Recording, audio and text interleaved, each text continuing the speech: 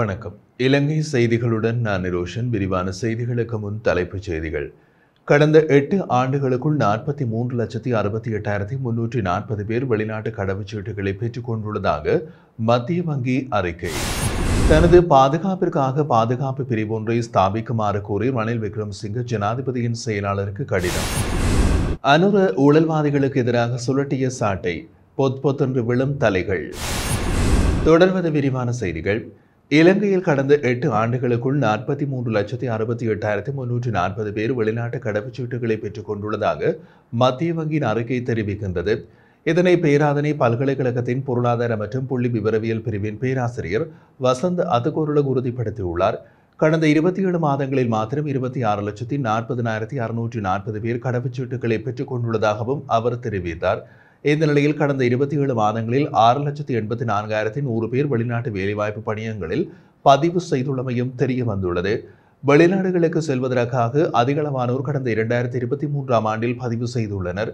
அந்த எண்ணிக்கை 2,97,656 ஆகும். கடந்த 21ஆம் தேதி இடம்பெற்ற ஜனாதிபதி தேர்தலில் பதிவு செய்யப்பட்ட வாக்காளர்கள் சுமார் 30 லட்சத்திற்கும் அதிகமானோர் வாக்களித்திருக்கவில்லை. அவர்களுள் அதிகமானோர் வெளிநாடுகளில் இருக்கலாம் என்று தேர்தல்கள் கண்காணிப்பாளர்கள் தெரிவிக்கின்றனர். விசேடமாக பொருளாதார சிக்கல்கள் காரணமாக இவர்கள் வெளிநாடு சென்றிருப்பதாகவும் நம்பிக்கை வெளியிடப்பட்டுள்ளது. அரச நிறுவனங்களுக்கு சொந்தமான வாகனங்களில் அரசு இலச்சினையை திணைக்களம் அல்லது நிறுவனங்களின் பெயரை பயன்படுத்துவது தொடர்பான சுற்றறிக்கையை மீண்டும் நடைமுறைப்படுத்துவது தொடர்பாக அரசாங்கம் கவனம் செலுத்தியுள்ளது. வாகனங்களை துஷ்பிரயோகம் செய்வதை தடுக்கும் வகையில் இவ்வாறு கவனம் செலுத்தப்பட்டுள்ளது. 2002ஆம் ஆண்டு வாகனங்களுக்கு அரச இலச்சினை மற்றும் சம்பந்தப்பட்ட அரசு நிறுவனத்தின் பெயரை பயன்படுத்துவதற்கான சுற்றறிக்கையை பொது நிர்வாகம், முகாமைத்துவம் மற்றும் சீர்திருத்தங்கள் அமைச்சு வெளியிட்டுள்ளது.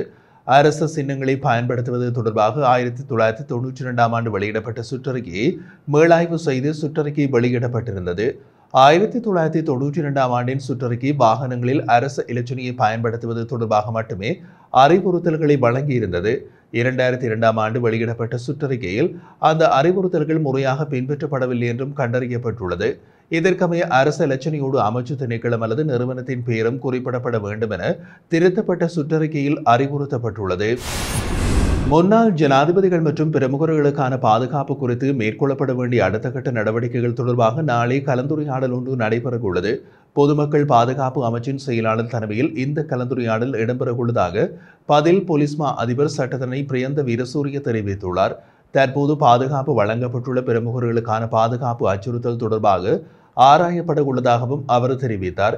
இதேவேளை புதிய ஜனாதிபதி அனுரகுமார திசாநாயக்கவின் செயலாளருக்கு முன்னாள் ஜனாதிபதி ரணில் விக்ரமசிங்க தனது பாதுகாப்பு குறித்து கடிதம் ஒன்றை அனுப்பி வைத்துள்ளதாக தெரிவிக்கப்படுகிறது. தமது பாதுகாப்புக்காக பாதுகாப்பு பிரிவொன்றை ஸ்தாபிக்குமாறு கோரி ரணில் விக்ரமசிங்க இந்த கடிதத்தை அனுப்பியுள்ளதாக கூறப்படுகிறது. இதன்படி அந்த கடிதத்தில் ரணில் விக்ரமசிங்க கோரிய பாதுகாவலர்களின் எண்ணிக்கை 163 ஆகும். மேலும் 15 சமையல்காரர்கள், 6 மருத்துவ அதிகாரிகள், ஒரு கணினி மற்றும் பிரிண்டர் ஆகியவையும் கோரப்பட்டுள்ளன. முன்னாள் ஜனாதிபதிகளுக்கு வழங்கப்பட்ட உத்தியோகபூர்வ வாசல் தளங்களை அகற்றுவதற்காக தற்போதைய ஜனாதிபதி உறுதியளித்துள்ள சூழலில் ரணில் விக்ரமசிங்கே இந்த கோரிக்கை கடிதத்தினை அனுப்பி வைத்துள்ளதாக தெரிவிக்கப்படுகிறது. ஜனாதிபதி தேர்தலில் மௌனமாக இருந்த முன்னாள் ஜனாதிபதி மைத்ரிபால சிறிசேன அரசியல் அதிர்வலைகளை ஏற்படுத்தும் அறிவிப்பொன்றை விடுக்க தயாராகி வருவதாக நம்பத்தகுந்த வட்டாரங்களிலிருந்து செய்திகள் வெளியாகியுள்ளதாக சிங்கள ஊடகம் ஒன்று செய்தி வெளியிட்டுள்ளது. தமது நல்லாட்சி காலப்பகுதியில் இடம்பெற்ற உண்மை சம்பவங்கள் தொடர்பில் தெரிவிக்கலாம் என்று அரசியல் ஆய்வாளர்கள் எதிர்பார்க்கின்றனர்.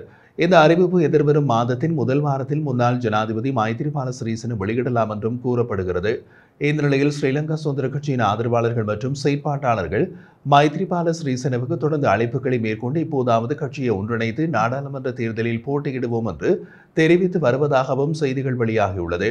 பல குழுவினர் கட்சியினை ஒன்றிணைத்து பயணிக்க தயாராக இருப்பதாகவும் கட்சியின் செயற்பாட்டாளர்கள் தெரிவித்துள்ளதாக குறித்த செய்தி கூறுகின்றது.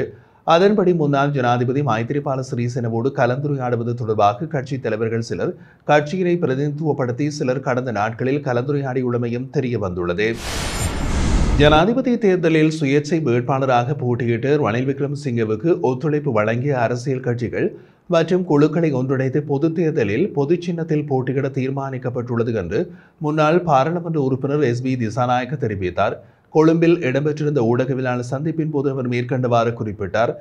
ஜனாதிபதி தேர்தலில் சுயேட்சை வேட்பாளராக போட்டியிட்ட ரணில் விக்ரமசிங்கவுக்கு ஒத்துழைப்பு வழங்கிய அரசியல் கட்சிகள் மற்றும் குழுக்களை ஒன்றிணைத்து பொது தேர்தலில் போட்டியிட பேச்சுவார்த்தையில் ஈடுபட்டுள்ளோம். போட்டியிடும் அரசியல் கட்சி அல்லது கூட்டணி சின்னம் குறித்து விரிவான பேச்சுவார்த்தையில் ஈடுபட்டுள்ளோம்.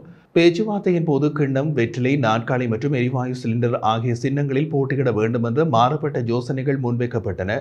இறுதியில் பொது சின்னத்தில் போட்டியிட தீர்மானிக்கப்பட்டுள்ளது. பிரதமர் வேட்பாளராக போட்டியிடப் போவதில்லை என்று முன்னாள் ஜனாதிபதி ரணில் விக்ரமசிங்கவும் முன்னாள் பிரதமர் தினேஷ் குணவர்த்தனவும் திட்டவட்டமாக குறிப்பிட்டுள்ளனர். ஐக்கிய மக்கள் சக்தியின் தலைவர் சஜித் பிரேமதாசவுக்கு பிரதமர் பதவியை வழங்க தயாராக உள்ளோம். ஸ்ரீலங்கா பொதுஜன பெரமுனவுடன் பேச்சுவார்த்தையில் ஈடுபட போவதில்லை. பொதுஜன பெரமுன இம்முறையும் படுதோல்வியடையும் என்பதை உறுதியாக குறிப்பிட முடியும் என்றார். அனுருகுமார திசாநாயக்க பதவிக்கு வந்தவுடன் ஊழல் சார்ந்த அரசு நடைமுறைகளுக்கு எதிரான சாட்டியை கையில் எடுத்து சுழட்ட தொடங்கியுள்ளார். இதற்கு இலங்கையில் பெரும்பான்மை மக்கள் மத்தியில் மட்டுமல்ல, சிறுபான்மை தமிழ் மக்கள் மத்தியில் இருந்தும் கணிசமான ஆதரவு கிடைக்க தொடங்கியுள்ளது. இலங்கையில் இதுவரை ஆட்சி புரிந்த அல்லது அரசியல் கட்சிகளின் தலைமை பொறுப்பில் இருந்த அனைவருமே கூட்டு சேர்ந்து கொள்ளையடித்தார்கள் என்பதை மக்கள் பல தசாப்தங்களாக பார்த்து வருகிறார்கள். அதிலிருந்து ஒரு மிகப்பெரிய மாற்றத்தை மக்கள் பல ஆண்டுகளாகவே எதிர்பார்த்தார்கள். ஆனால் பழைய முகங்களே சுற்றி சுற்றி வந்து கொண்டிருந்தன. எல்லோரும் வெளியே எதிர்ப்பு அரசியல் பேசினார்கள், கூச்சலிட்டார்கள், சவால் விட்டார்கள். ஆனால் திரைமறைவில் பணத்தை தமக்கிடையே பகிர்ந்து கொண்டார்கள். நாடு திவால் நிலைக்கு சென்றது. மக்கள் எதிர்பார்த்த மாற்றத்தின் வடிவமாக இப்போது அனுருகுமார திசாநாயக்கவை பார்க்க தொடங்கியுள்ளார்கள். ஜேவிபியின் கொள்கைகள் அப்படியானவை.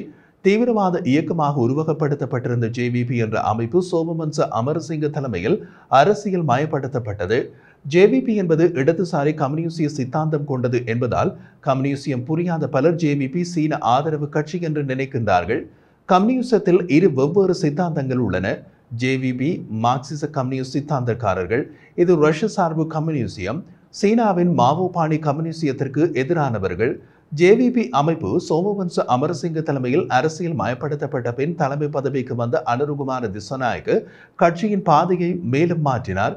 நாட்டின் தெற்கே கிராமப்புறங்களில் அதன் வேர்களில் இருந்து ஜேவிபி கட்சி புறநகர் மற்றும் சிறிய நகரங்களில் அதன் தளத்தை மீண்டும் உருவாக்கியது. அதுதான் ஊழலின் பிரச்சனையை கையில் எடுத்து போராடியது. இது நடுத்தர வர்க்கத்தை கூட கவர்ந்தது. அதே நேரம் அரசியல் காற்று தம்பக்கம் திரும்பும் வரை பொறுமையாக காத்திருந்தால் அரசு அதிகாரத்தை இன்று கைப்பற்றிக் கொண்டது. இலங்கையின் அரசு துறையில் உள்ள ஊழல் மற்றும் லஞ்சத்தை ஒழிக்க அதிரடி நடவடிக்கைகளை தொடங்கிவிட்டது அனுருகுமாரவின் அரசு. தேசிய மக்கள் சக்தி அரசாங்கத்தின் கீழ் அரசு அதிகாரிகள் மீது குற்றம் சுமத்தப்பட்டால் அது தொடர்பாக உடனடி நடவடிக்கை எடுக்க தாம் ஒருபோதும் தயங்கப் போவதில்லை என்று பிரதமர் ஹரணி அமரசூரிய குறிப்பிட்டுள்ளார். இதை முன்பு ஆட்சியிலிருந்து யாருமே இப்படி பகிரங்கமாக அறிவித்திருக்க முடியாது. காரணம், அவர்களும் அந்த ஊழல் வலையமைப்பில் ஒரு பகுதியாக இருந்தார்கள். கண்டியில் அஸ்கிரிய பீடாதிபதியை சந்தித்த பின்னர் ஊடகங்களுக்கு கருத்து தெரிவிக்கும் போது பிரதமர் ஹரணி அமரசூரிய ஊழல் அதிகாரிகள் மீது நடவடிக்கை என்பதை தெரிவித்துள்ளார். அவர் மேலும் தெரிவித்த போது, எங்கள் ஆட்சியில் யாரேனும் குற்றம் சாட்டப்பட்டால் அவர் மீது நடவடிக்கை எடுக்க தயங்க மாட்டோம். நாங்கள் ஏற்கனவே நேர்மறையான மாற்றங்களை செய்து வருகிறோம். இதுபோன்ற மாற்றங்கள் தொடரும் என்று கூறிய அவர், குற்றம் சாட்டப்பட்ட அதிகாரிகள் சிலர் மீது ஏற்கனவே நடவடிக்கை எடுக்கப்பட்டுள்ளது என்பதையும் சுட்டிக்காட்டினார். யதார்த்தமான சூழ்நிலை பற்றி குறிப்பிட்ட அவர், அரசு பணிகளுக்கு வெளியில் இருந்து அரசு ஊழியர்களை அழைத்து வர முடியாது. தற்போது பதவியில் இருப்பவர்களோடு இணைந்து பணியாற்ற வேண்டும். அவர்களில் கருப்பு ஆடுகள் அடையாளம் காட்டப்பட்டால் உடனடி நடவடிக்கை உத்தரவாதம். தேசிய மக்கள் சக்தி தலைமையிலான அரசாங்கத்தினால் வழங்கப்படும் அனைத்து நியமனங்களுக்கும் அரசாங்கமே பொறுப்பு என்றும் பிரதமர் ஹரணி தெரிவித்துள்ளார்.